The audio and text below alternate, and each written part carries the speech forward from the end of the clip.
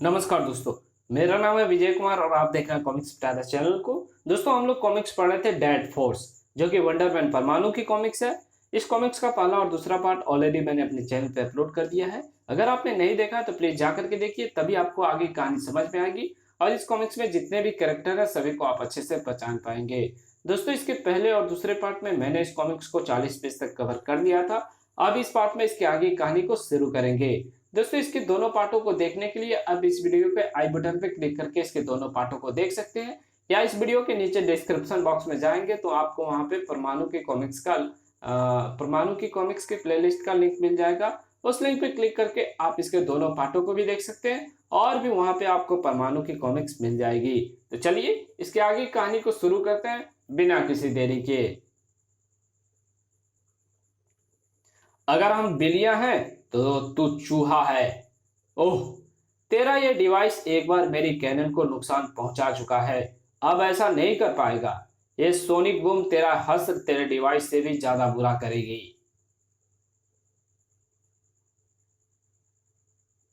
अरे, ये सोनिक बम तो विपरीत दिशा में मुड़ गई। किसने मोड़ा इसे? मैंने, इस गन की मदद से, जो ध्वनि में मौजूद हानि पहुंचाने वाले प्रदूषण को अपनी तरफ खींचकर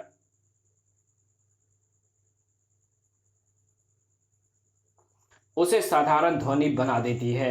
परवॉट ने ध्वनिराज की घातक ध्वनि से बचने का ये सही यंत्र दिया है। ओह,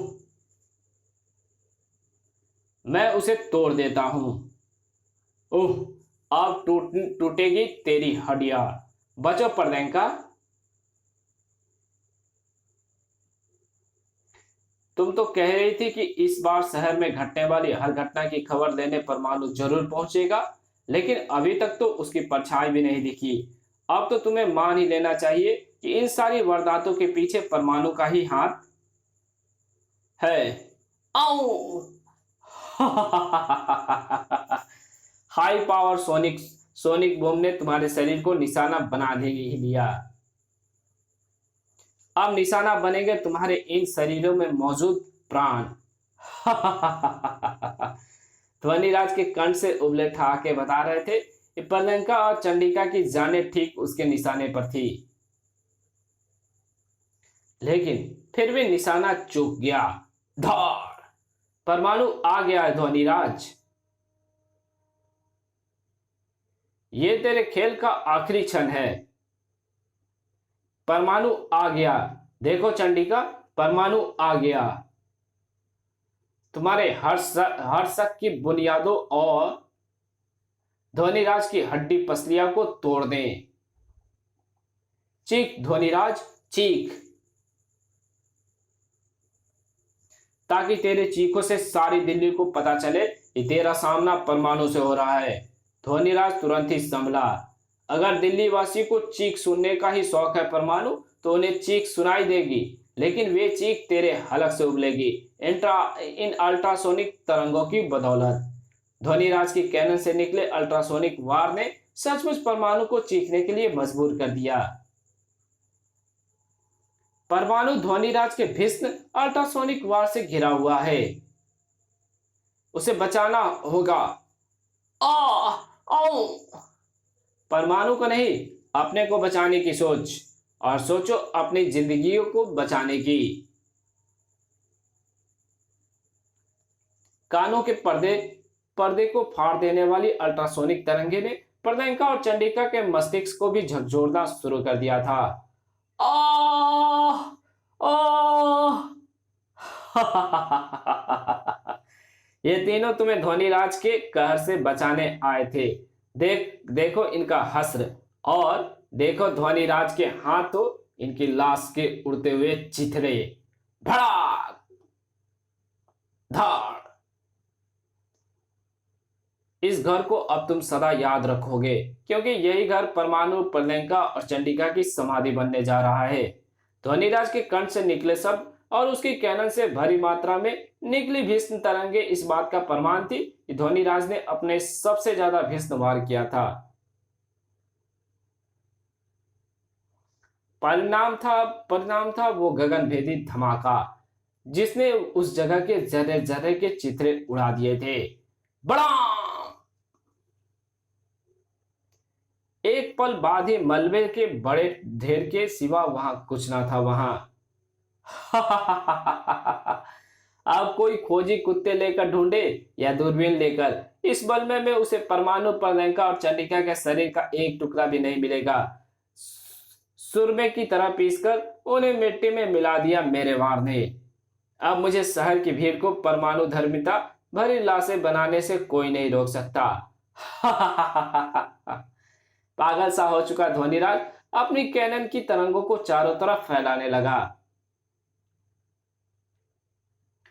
तेजी से अपने शिकार ढूंढने लगी वे तरंगे, और दिल्ली जैसे शहर में भला उन तरंगों के शिकारों की क्या कमी थी।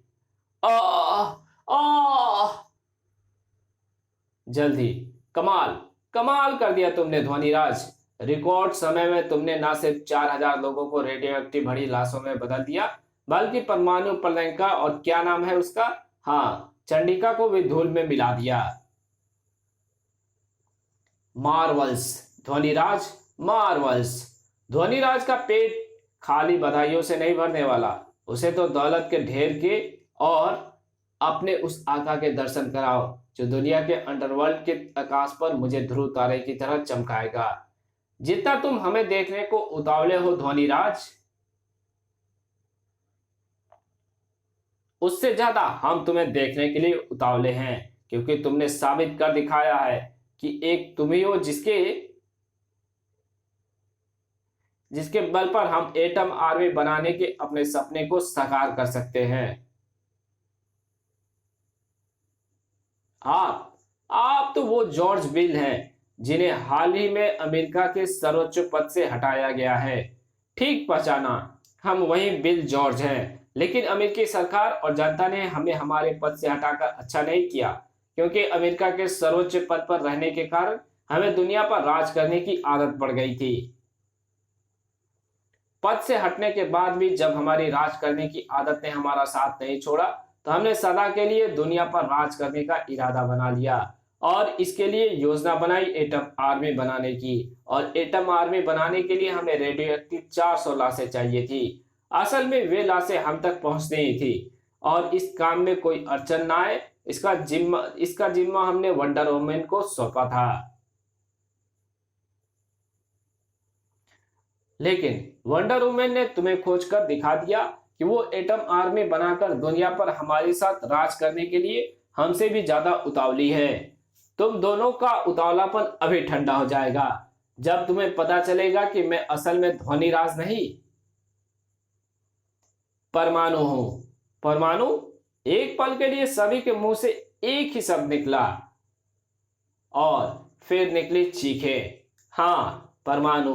और मुझे ये पता चल चुका था कि जो रेडियो एक्टिव 400 लाशें हांगकांग से अमेरिका भेजी जा रही है, उन्हें असल में परीक्षण के लिए नहीं, किसी और ही मकसद के लिए भेजा जा रहा है।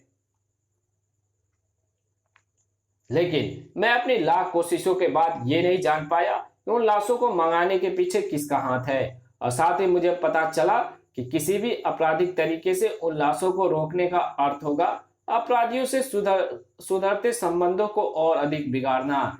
मामला सारी पृथ्वी और मानवता की सुरक्षा का था, और समस्या बहुत टेढ़ी थी। इसलिए मैं तुम्हें सामने लाने और लाशों को भारत में ही रोकने की एक योजना बनाई। उस योजना के तहत मैंने नारका जेल से ध्वनिराज के फरार होने का ड्रामा रचा। असल में ध्वनिराज जेल से फरार हुआ ही नहीं था, वो तो अभी ही जेल में ही है। हाँ, उसके सजो सामान को पहनकर मैं ध्वनिराज जरूर बन गया और एयरपोर्ट पर लाशों को उड़ाने जा पहुंचा। इस तरह तुम मुझे रोकने सामने आई, लेकिन तुम्हारे सामने आने के बाद भी मैंने यह ड्रामा इसलिए लंबा खींचा क्योंकि मैं तुम्हारे इस आका को भी सामने लाना चाहता था। तो फिर वो परमाणु कौन था जिसे तुमने प्रणयिका और चंडिका के साथ मार डाला? वो परमाणु नहीं, बल्कि मेरे रूप में प्रोबॉट था। उसे इसलिए सामने लाना पड़ा क्योंकि प्रणयिका और चंडिका मुझ पर शक करने लगी थी। वैसे उसके साथ ही तुम्हें ये बता दूं कि वे तीनों सही सलामत हैं, और अब तक प्रोबॉट प्रियंका और चंडिका को सारी सच्चाई से अवगत करा चुका होगा। और वे 4000 लाशें जिन्हें तुमने ध्वनिराज के रूप में मार डाला, अफसोस इनमें से एक भी लाश नहीं है। ये सभी सेना के वे प्रशिक्षित कमांडो हैं जो मेरे कहने पर यहाँ लाश बनकर पहुंचे हैं। अब तक उन्होंने तुम्हारे अड्डे को अपने कब्जे में लेना शुरू भी कर दिया होगा। धाड़। और इसी के साथ तुम्हारा और दुनिया के इस सबसे बड़े सफेद पोश जॉर्ज विल का खेल खत्म।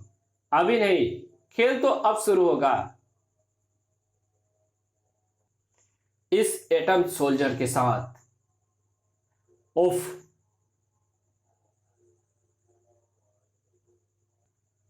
जिस एटम आर्मी को बनाकर हम सारी दुनिया पर राज करने की सोच रहे हैं, ये एटम सोल्जर उसका एक नमूना है। जरा परख के तो देख परमाणु इस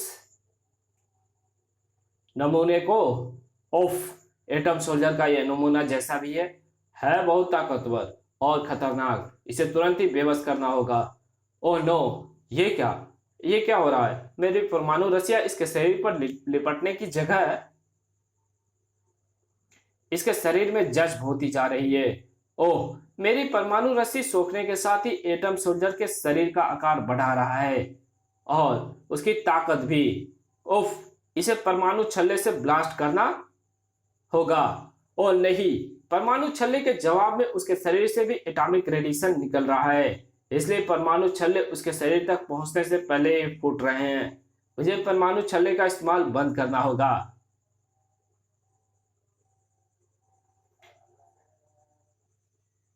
उनसे भी एटम सोल्जर को एनर्जी ही मिल रही है।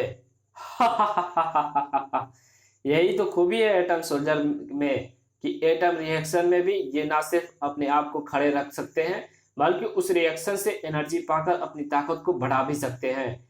यानी भविष्य में होने वाले परमाणु युद्ध के लिए ये सोल्जर एकदम फिट है। इन्हें तो बस कंट्रोल करते रहो और इनकी मदद से किसी का भी तख्ता पलटवा दो, और मैं ऐसा ही करूंगा अगर खुद को जेल जाने से बचा पाओ तो। ओह, ये दोनों भी यहां आ गई। आने दो, इनकी मौत इन्हें यहां खींच लाई है। एटम सोल्जर परमाणु के साथ साथ इन्हें भी मसल डालो। उफ, परमाणु क्या बला है ये एटम सोल्जर। विज्ञान के बल पर जिंदा हुई एक ऐसी लाश जो एटम रिएक्शन से ना सिर्फ सुरक्षित है बल्कि उससे एनर्जी भी पाती है। उफ, इसे खत्म करना इतना आसान नहीं है चंडिका, प्रियंका, इसलिए इनसे जरा संभल कर रहना। माना इसको खत्म करना आसान नहीं, लेकिन कठिन तो है ना, और कठिन काम को आसान बनाने में चंडिका को बड़ा मजा आता है। तुम और परमाणु इस सोल्जर से भिड़े रहो। जो मैं करना चाहती हूं, मुझे उसके लिए थोड़ा सा समय चाहिए। परमाणु और प्रियंका को एटम सोल्जर से भिड़ता छोड़कर चंडिका जॉर्ज विल से जा भिड़ा। हमें कमजोर समझकर हमारी तरफ बढ़ने की तूने जो भूल की है लड़की, तुझे उस पर पछताने का भी मौका नहीं मिलेगा। कमाल है, तुझे पीटने का बहुत शौक लगता है। हम तुझे इतना पीट रहे हैं लेकिन तुझे फर्क ही नहीं पड़ रहा है। ले, एक और जोरदार वार चक। अब हम तुम्हें अपने पास आने का मौका नहीं देंगे। अब मुझे तेरे पास आने की जरूरत भी नहीं है। गेंडे तेरे पास आकर और तुझसे पिटाई खाकर मैंने जो काम करना था वो तो हो गया,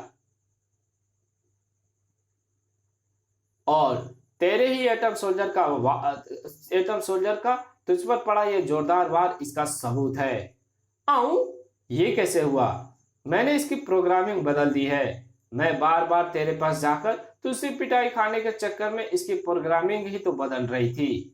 बहुत खूब चंडिका, इसी के साथ साथ हम जीत गए, क्योंकि अब एटम सोल्जर भी हमारे साथ में है और बाजी भी। क्यों वंडर वुमेन?